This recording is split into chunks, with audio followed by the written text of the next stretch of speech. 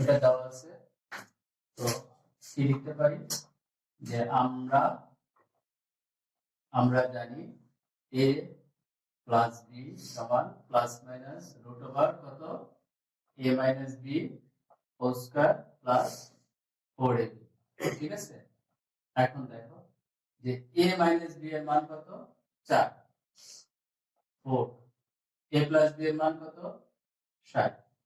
তাহলে কত দাঁড়াচ্ছে 4 4 16 আর 4 24।